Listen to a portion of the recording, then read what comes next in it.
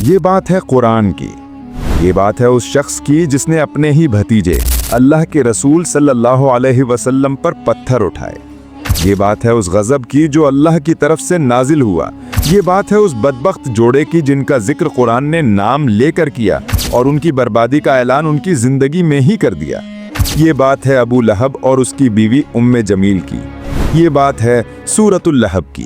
اکثر ہم لوگ اپنی نمازوں میں سورۃ اللہب پڑھتے ہیں، پر افسوس ہم میں سے کتنے ہیں جو اس کے پیچھے کی دہشت اور عبرت کو نہیں جانتے۔ کیوں اللہ نے نام لے کر ایک شخص کو قرآن میں ذلیل کیا؟ یہ سورت کب نازل ہوئی؟ کیا تم نے سنا عبداللہ؟ ہاں، اللہ نے اپنے نبی کا بدلہ اسی وقت لے لیا۔ سبحان اللہ۔ اور سب سے ضروری بات، سورۃ اللہب کی آج ہماری زندگی میں کیا اہمیت ہے، جانیں گے اس ویڈیو میں۔ بسم اللہ الرحمن الرحیم۔ تبت یدا ابی لہب وتب ما اغنى عنه ماله وما کسب سیصلی نار ذات لہب وامرأته حمالۃ الحطب فی جیدها حبل من مسد۔ سورۃ اللہب مکہ میں نازل ہوئی۔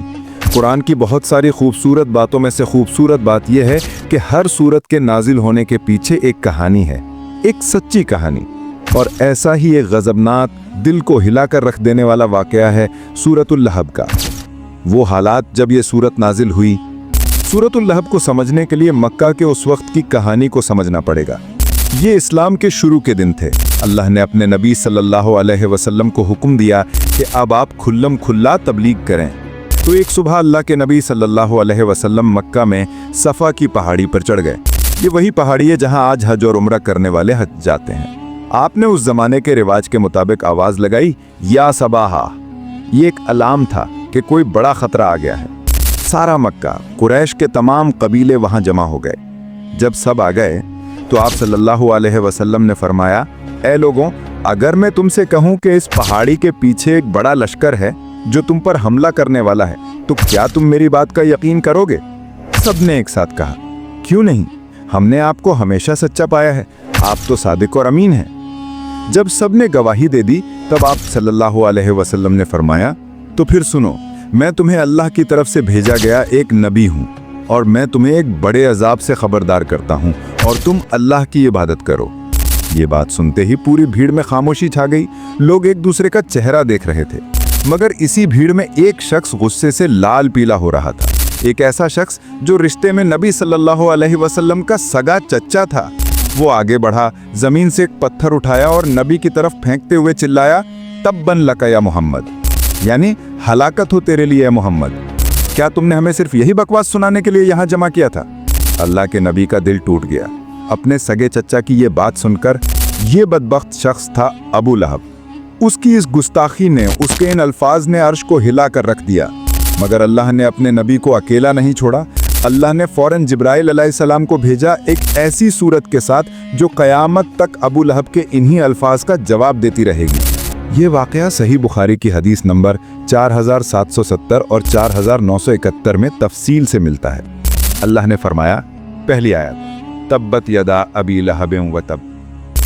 ابو لہب نے کہا تھا تبا لکا، یعنی تیرے لیے ہلاکت ہو، لیکن اللہ نے جواب دیا، نہیں، تبت یدا ابی لہب وتب، یعنی ابو لہب کے دونوں ہاتھ ٹوٹ جائیں۔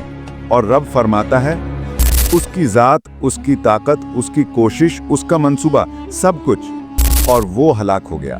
اللہ نے اس کی زندگی میں ہی فیصلہ سنا دیا۔ یہ ایک پیشن گوئی تھی، یعنی پریڈکشن کی، وہ ایمان نہیں لائے گا اور برباد ہی مرے گا۔ دوسری آیت رب فرماتا ہے، ما اغنى عنہ مالہ وما کسب، اس کا مال اور جو کچھ اس نے کمایا اس کے کسی کام نہ آیا۔ ابو لہب مکہ کے امیر ترین اور بہت طاقتور لوگوں میں سے ایک تھا۔ اس نے ایک بار کہا تھا کہ اگر میرے بھتیجے کی باتیں سچی بھی ہیں تو میں قیامت کے دن اپنا سارا مال دے کر عذاب سے بچ جاؤں گا۔ اللہ نے فرمایا، نہیں، نہ تیرا مال، نہ تیری اولاد جو تیری کمائی ہے، نہ تیرا رتبہ یعنی سٹیٹس تجھے میرے عذاب سے نہیں بچا سکتا۔ پھر رب فرماتا ہے تیسری آیت میں، سیصلی نارا ذات لہب، وہ جلد ہی بھڑکتی ہوئی آگ میں داخل ہوگا۔ یہاں قرآن کا معجزہ دیکھیں۔ اس کا اصل نام تھا عبد العزیٰ، لیکن وہ بہت گورا اور چہرہ سرخ تھا، اس لیے لوگ اسے ابو لہب کہتے تھے، یعنی شعلے کا باپ، یعنی فادر آف فلیمز۔ اللہ نے اس کے نام کو اس کے انجام سے جوڑ دیا۔ تو ابو لہب ہے نا، تو نارن ذات لہب میں ہی جائے گا۔